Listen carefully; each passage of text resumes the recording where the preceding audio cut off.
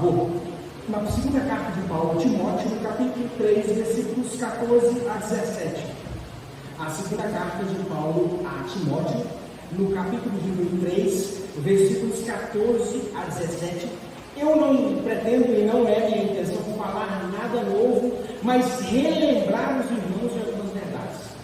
A verdade e o nosso interesse nessa noite é isso: relembrar de algo que eu creio que o pastor, o irmão Samuel, também os presbíteros sempre têm falado com os irmãos. Nós vamos relembrar essa verdade com os irmãos, visto que nós estamos numa época do ano, para nós, cristãos reformados, muito importante, onde nós lembramos de certa feita, quando o Senhor trouxe a igreja para os seus eixos novamente, que foi o período da reforma. E o texto que nós vamos pensar, ele nos lembra um pouco de uma das doutrinas dos 5 pontos da reforma, que é o solo da Escritura, somente a Escritura. 2 Timóteo, capítulo de número 3, versículos 14 a 17. Mesmo assentados, eu vou fazer a leitura do texto, os irmãos acompanham, visto que a gente pode desfrutar, da bênção do barulho da chuva. Então eu tenho a necessidade de estar usando o microfone, fica mais fácil para os irmãos ouvirem, tá bom? Diz assim a Escritura Sagrada: a inspiração, o valor e a utilidade das Santas Escrituras. Tu, porém, permanece naquilo que aprendeste, e de que foste inteirado, sabendo de quem aprendeste, e que desde a infância sabes as sagradas letras, que podem tornar-te sábio para a salvação pela fé em Cristo Jesus. Toda a Escritura é inspirada por Deus e útil para o ensino, para a repreensão, para a correção, para a educação da justiça, a fim de que o homem de Deus seja perfeito e perfeitamente habilitado para toda boa obra. Oremos. Santo e precioso Deus, Senhor nosso Deus, o Deus da palavra, tu que fala conosco através das Escrituras, nos ajuda a ouvir da tua palavra nessa noite, nos ajuda a falar da tua palavra nessa noite, nos ajuda, Pai, a sermos filhos melhores, porque tu tens sido um Pai tão bom. Ó Pai, nos ajuda-nos, e que possamos de fato, Pai, sair daqui pensativos, refletir e colocar em prática a tua Escritura, em nome do Senhor Jesus. Amém. Graças a Deus. Meus irmãos, eu não sei se acontece com os irmãos aqui, acontece comigo, de vez em quando faz bem a gente tentar ligar, relacionar um texto da Escritura com o outro, para aprender e tirar lições. E quando eu olho para Paulo instruindo a Timóteo aqui, eu me lembro daquele tempo que os irmãos bem sabem que a Bíblia foi achada pelo rei Josias, dentro da igreja, um cantinho escondido. A Bíblia ficou perdida ali, o texto bíblico, a palavra de Deus, ela estava perdida dentro do templo. Engraçado, né? Foi preciso fazer uma reforma no templo para achar a Bíblia. Os irmãos sabem também que a Bíblia naquele tempo não era como nós temos hoje, acesso a todos, ela era lida em ocasiões especiais. Mas por algum tempo, o texto bíblico vai dizer, e isso é comprovado lá em 2 Crônicas, no capítulo 34, versículo 11, que os reis de Judá deixaram cair em ruína o templo de Deus. Olha só, a Bíblia vai dizer que os reis de Judá deixaram cair em ruína o templo e toda a estrutura religiosa do povo de Deus. O pastor nos lembrou hoje de manhã o problema que é quando nós deixamos as coisas de Deus ficarem em segundo plano ou serem uma sobra na nossa vida. E nós vimos que nesse tempo eles fizeram isso. E com isso a Bíblia ficou esquecida no templo. Ela ficou perdida no templo. E nós já começamos a lembrar de uma coisa bem interessante. Não sei se você já parou para reparar, para olhar para a sua vida.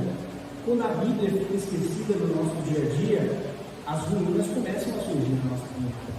Já parou para pensar nisso?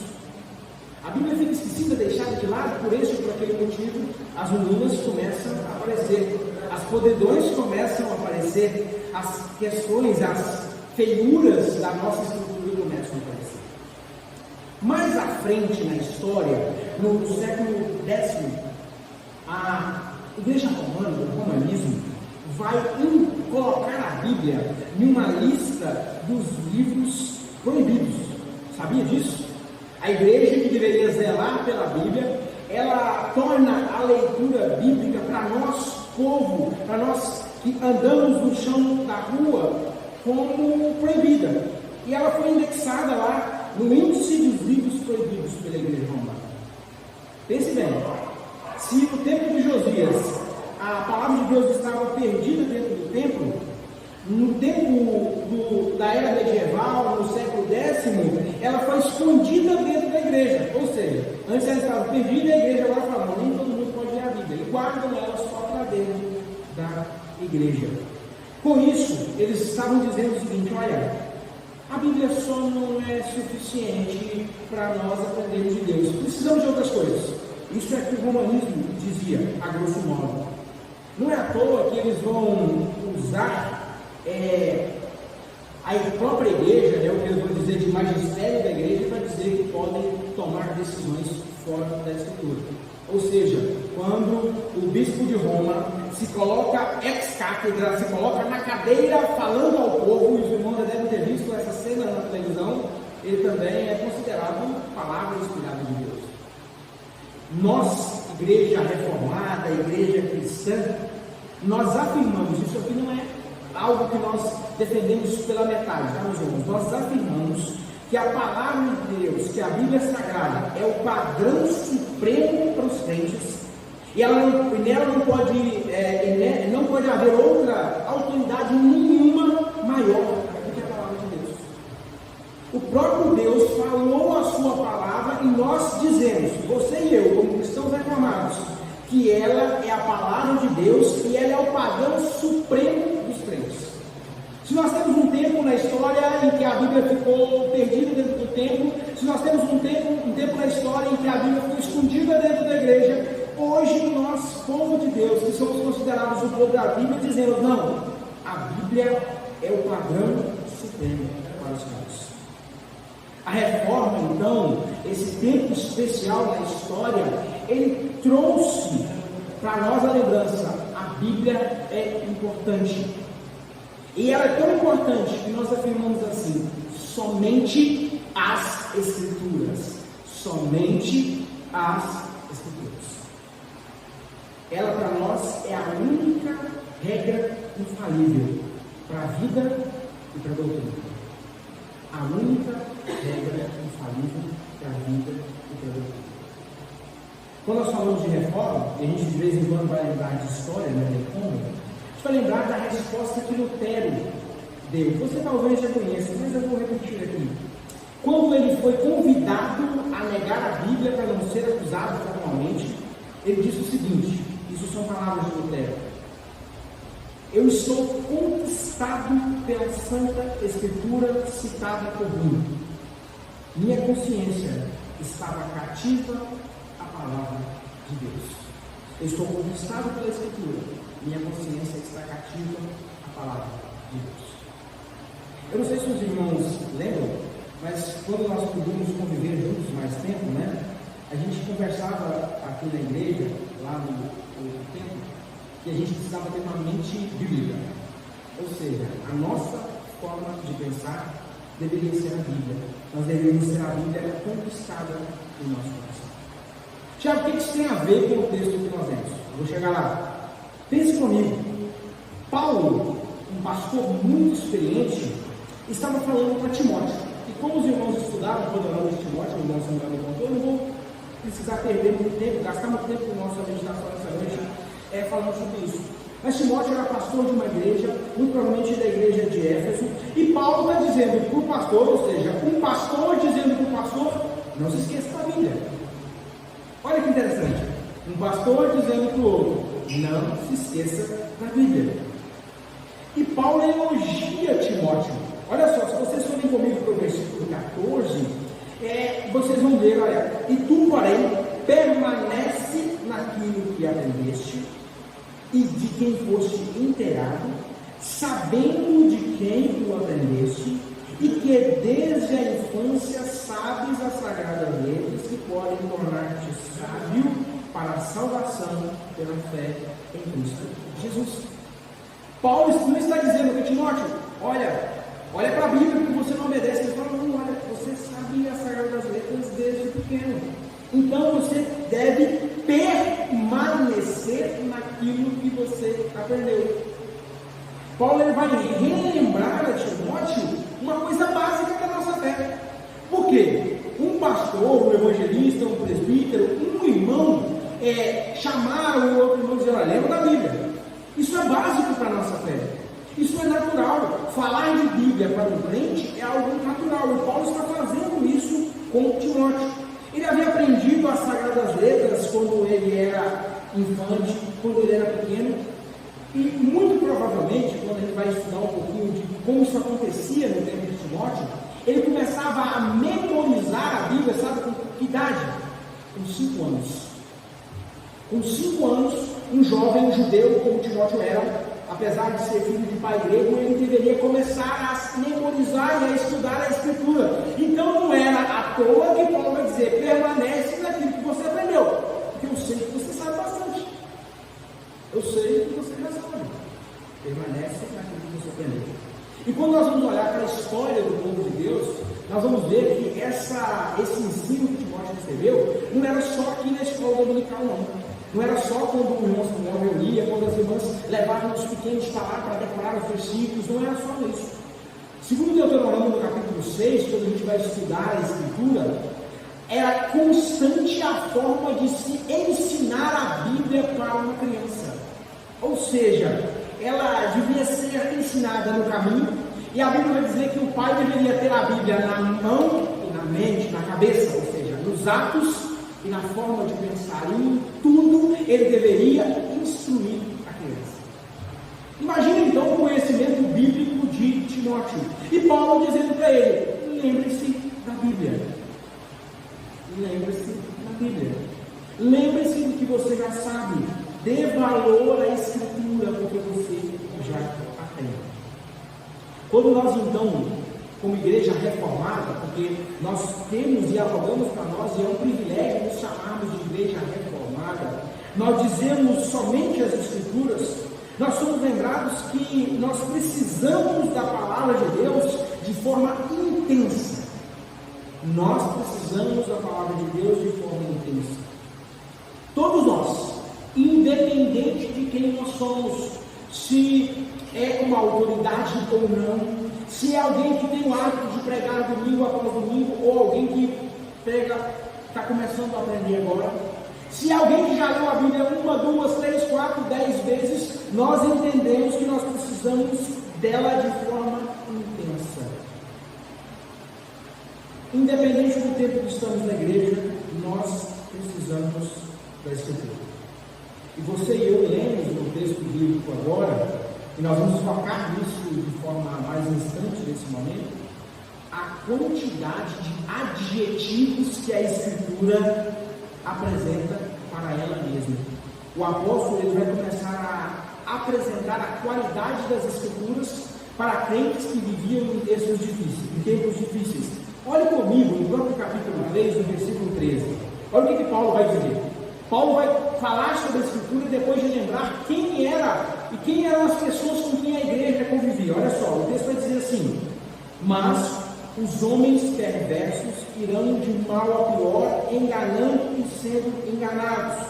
O texto vai dizer que nos últimos dias deveriam ter homens que seriam enganados e enganariam, e eles iriam de mal a pior. Paulo diz: esse mundo, os homens perversos, aqueles que não creem em Deus, impostores, eles vão de mal a pior, enganando e sendo enganados. Tu, porém, agora você, Timóteo, olha para as Escrituras. Se existem tempos difíceis, as Escrituras são a resposta para viver nesses tempos difíceis. Quando você e eu não dizemos, eu creio na Bíblia, quando eu creio, digo que eu creio na Bíblia, eu preciso olhar para a própria Bíblia para aprender sobre elas.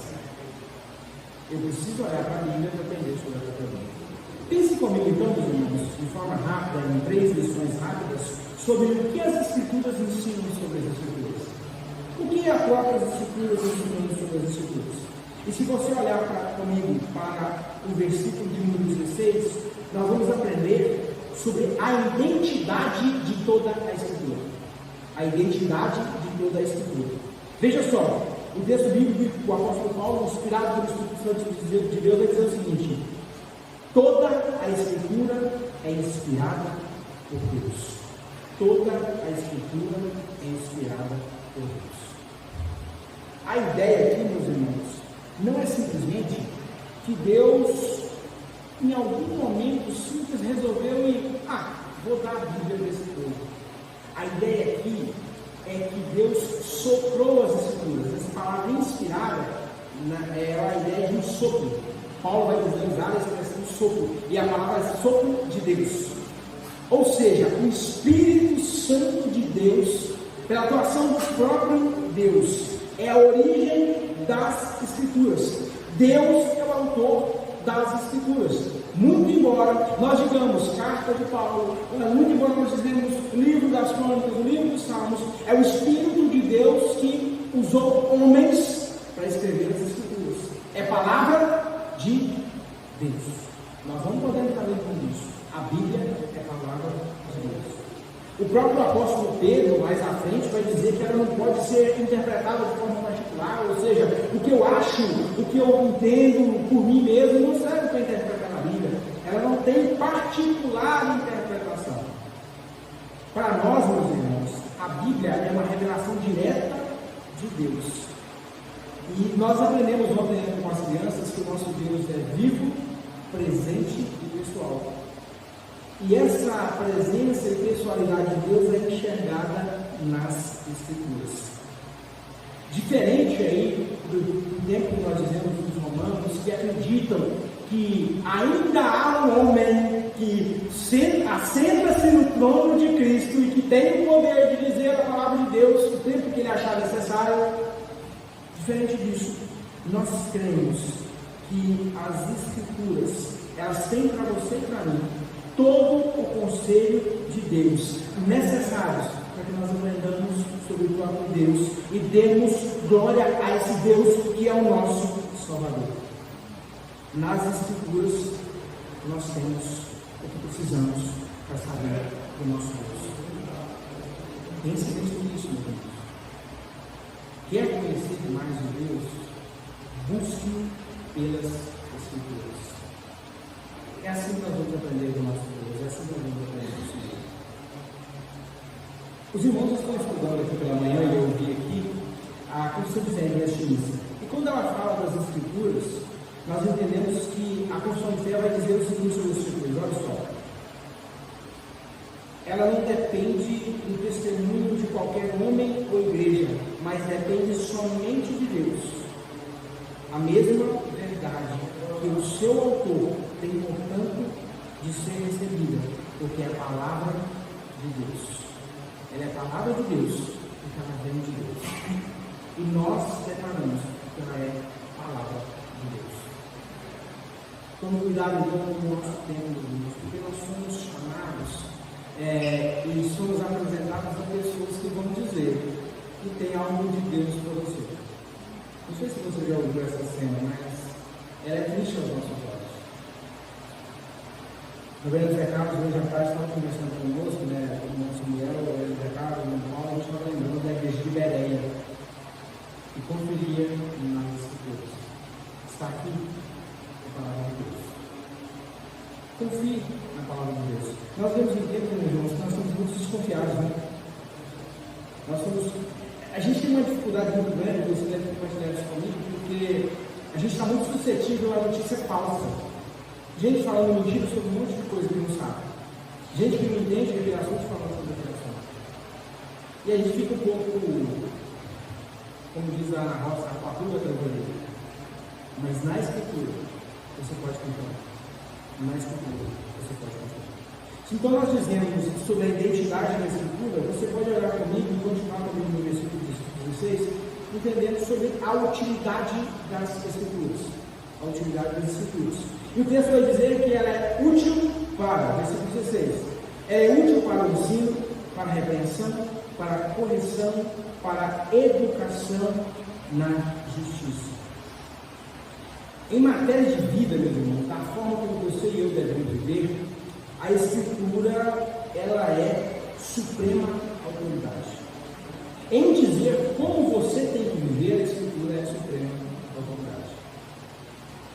A gente às vezes ouve algumas expressões e às vezes quer conversar e aconselhar alguém, né? E tem umas expressões que não servem muito para você e para mim. Por exemplo, tem uma expressão que a gente conhece muito: olha, você não tem nada a ver com a minha vida. Eu estou me falando, isso você não conhece, você não sabe o que eu estou passando, você não sabe a minha vida. Mas a Escritura tem a ver com a nossa vida. A Escritura tem a ver com a sua vida, tem a ver com a minha vida. Ela é o árbitro, ela é a cerca que vai te conduzir, é dentro dela e da forma dela que você é convidado a viver pelo seu Deus. Melhor, você é convocado a viver pelo Santo Deus. Não é do jeito que você pensa, não é do jeito que você pensa, é do jeito que a Escritura diz. O apóstolo Paulo, então, ele vai dizer que as nossas decisões, a forma de nós pensarmos para a nossa caminhada, ela passa pelo crivo da vida. Ela é útil para o ensino, para a instrução, para a doutrina, os perfeitos.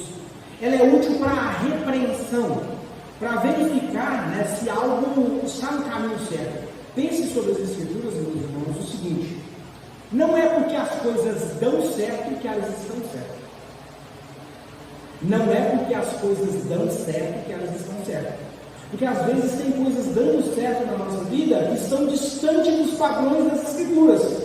O resultado não significa que a coisa é bíblica. Pense bem. Eu devo fazer a coisa certa, viver a coisa certa, da forma que a Escritura diz, porque a Escritura ensina conforme certo. Ela é útil também para correção. E é interessante, né, que a nossa geração tem dificuldade com a ideia de corrigir. Ninguém gosta de ser corrigido. Mas a correção bíblica, ela não só diz para você: você está errado. A correção bíblica diz: você está errado, se arrependa e mude para o caminho certo. A correção bíblica, ela tem a ver com a expressão restauração. Restauração. Não é apenas para te sacudir pelo colarinho e dizer: olha, toma rumo. Ela vai dizer: olha, se acerte, porque eu tenho a melhor palavra para você. Lembra lá, por exemplo, das instruções do sábio para os filhos, lá em Provérbios? Primeiro, se atenta, porque ela é paz. Eu vi homens andando de várias formas. Eu vi o insensato caminhando por esse caminho. Mas dê ouvido à sabedoria da palavra de Deus. Também a Escritura é útil para a educação na justiça. Ela conta, meus irmãos, é aqui quando Paulo está ensinando, vai dizer assim: a forma como eu devo viver e eu devo conduzir a minha moralidade é apontada para as Escrituras. Os valores aos quais eu vivo, eles são valores bíblicos. Daqui a pouco eu vou dizer sobre isso. Por que eles são valores tão especiais? Mas a ideia é que é uma instrução para o crescimento, é uma instrução que traz virtude, é uma instrução aprovada por Deus. Aprovada por Deus. Então, nós já vimos a identidade da Escritura, nós já vimos a utilidade da Escritura. O texto agora nos aponta a finalidade da Escritura. Olha comigo para o versículo de número 17. O texto vai dizer o seguinte: a fim de que o homem de Deus seja perfeito e perfeitamente habilitado para toda boa obra. É interessante porque nós aprendemos com homens mais inteligentes do que nós nas Escrituras. Há um pastor muito conhecido chamado Aldeir Souza Marcos, e quando ele vai pensar sobre a Escritura, pensar sobre o som da Escritura, ele vai dizer o seguinte: olha, a Escritura essa não deve ser simplesmente repetida ou conhecida, mas vivida e sentida. Na Escritura, o Deus vivo e verdadeiro sempre confronta o leitor em julgamento e graça. Ela não é só para ser sacada e dita quando a gente quer dizer alguma coisa. Olha, a gente quer corrigir alguém, ou a gente quer dizer alguma coisa no caminho, a gente diz, olha, você está errado, porque a Bíblia diz isso. Ela apresenta o nosso erro, transforma a nossa vida, nos apresenta o caminho direito. Lembra de Salmo? Aquele caminho que o homem medita e tem prazer na lei do Senhor. E ela apresenta graça. A Escritura não é somente um manual que diz faça ou não faça. Faça o que você tem a ação. Ela apresenta graça, ela apresenta salvação, ela apresenta Cristo. Paulo aqui então, meus irmãos, ele vai ligar a Escritura àquilo que é bom, agradável, que é de boa natureza, e aquilo que é de natureza divina, que vem do próprio Deus. É na Bíblia, então, que você ouve a vontade revelada de Deus. Na Bíblia, você e eu encontramos também aquilo pelo que vale a pena se comprometer. Na Bíblia, você encontra aquilo pelo que vale a pena se comprometer. Já viu que na nossa caminhada a gente se arrepende de muitas decisões, de muitas defesas que a gente fez? Já viu que na nossa caminhada a gente tem discursos que depois a gente passa os anos e fala, poxa, onde que eu estava com a cabeça quando eu disse isso? Mas na Bíblia não, na Bíblia você encontra aquilo que de fato vale a pena. Aquilo que de fato vale a pena ser dito, vivido e anunciado. Lembra do versículo 13 que nós lemos? Nós vemos homens enganando e sendo enganados. E agora no versículo 7 nós vemos o homem de Deus. Se o perverso engana e é enganado, o homem de Deus é perfeitamente habilitado para toda boa obra. Olha que interessante. Se o perverso é aquele que não olha para a Bíblia e vive sempre sendo enganado e buscando enganar, o justo que atenta para a Escritura é habilitado para toda boa obra. Que contraste belo para nós conduzirmos a nossa caminhada. As Escrituras nos dão aos irmãos que vão nos ajudar a ser honesto, honrado e envidar os esforços certos na coisa certa. O esforço certo na coisa certa. Pense comigo, meus irmãos. E nós conhecemos, você e eu conhecemos homens que não seguem a Bíblia, mas são aparentemente bons, honestos, não fazem coisa errada. Só que fazer o que é certo, longe da Escritura, não adianta nada. A gente faz o que é certo, pela causa certa, que é Cristo Jesus. É muito fácil, né? Você e eu poderíamos terminar essa meditação e você poderia pensar assim, agora o Thiago vai perguntar para a gente, quantas vezes você lê a Bíblia por semana? Quantos versículos você sabe decorado? E assim por diante, tentando puxar a sua orelha, mas eu não quero fazer isso. Eu não quero fazer isso. Sabe por que eu não quero fazer isso? Porque Jesus vai nos dar motivos muito melhores na Escritura para a carne. Jesus vai nos dar motivos muito melhores na própria Escritura para a carne. Pense comigo. Quando Jesus foi tentado no deserto, o que ele usou para rebater o inimigo das nossas almas? A Escritura. Quando ele olhou para a própria Escritura e disse que os seus ensinos e que estava se cumprindo o reino de Deus. Onde Jesus disse isso? Por onde nós sabemos isso? Pela própria Escritura. É na Escritura que nós conseguimos entender como Jesus veio, como Jesus foi morto, ressuscitou no terceiro dia e agora está à destra do Pai. É pela Escritura. No caminho de Emaús, o que Jesus usou para confortar os discípulos? A Escritura. O nosso Cristo no caminho de Emaús expôs a Escritura para os discípulos para conforto do coração deles. Jesus não disse para eles, olha, fiquem tranquilos, vai dar tudo certo. Escrituras, e os discípulos disseram: olha, não nos ardeu o coração quando aquele homem falava conosco. Ele dizia das Escrituras, usando Moisés e os profetas. Foi para a compreensão da Escritura que o Senhor abriu o entendimento dos discípulos antes de ser assunto aos céus. Lembra? Eles não entendiam, e lá no Evangelho de João vai dizer que foi para o entendimento das Escrituras que Jesus abriu o coração dos seus discípulos. O próprio Jesus disse: elas testificam de mim. Elas testificam de mim. Meus irmãos, não está isso aqui. O bônus da Escritura é você ter a Bíblia decorada. O bônus da Escritura é você ter o privilégio de lê-la. Não abrir por obrigação, mas entender o privilégio. Esse é o bônus da Escritura. Mas a Escritura é muito mais do que isso. Porque você só conhece o seu Salvador pela Escritura. Você só conhece o que o seu Salvador fez por você pela Escritura. Meus irmãos, nós não podemos perder tempo ouvindo conversas que não estão na Escritura. Não podemos perder tempo.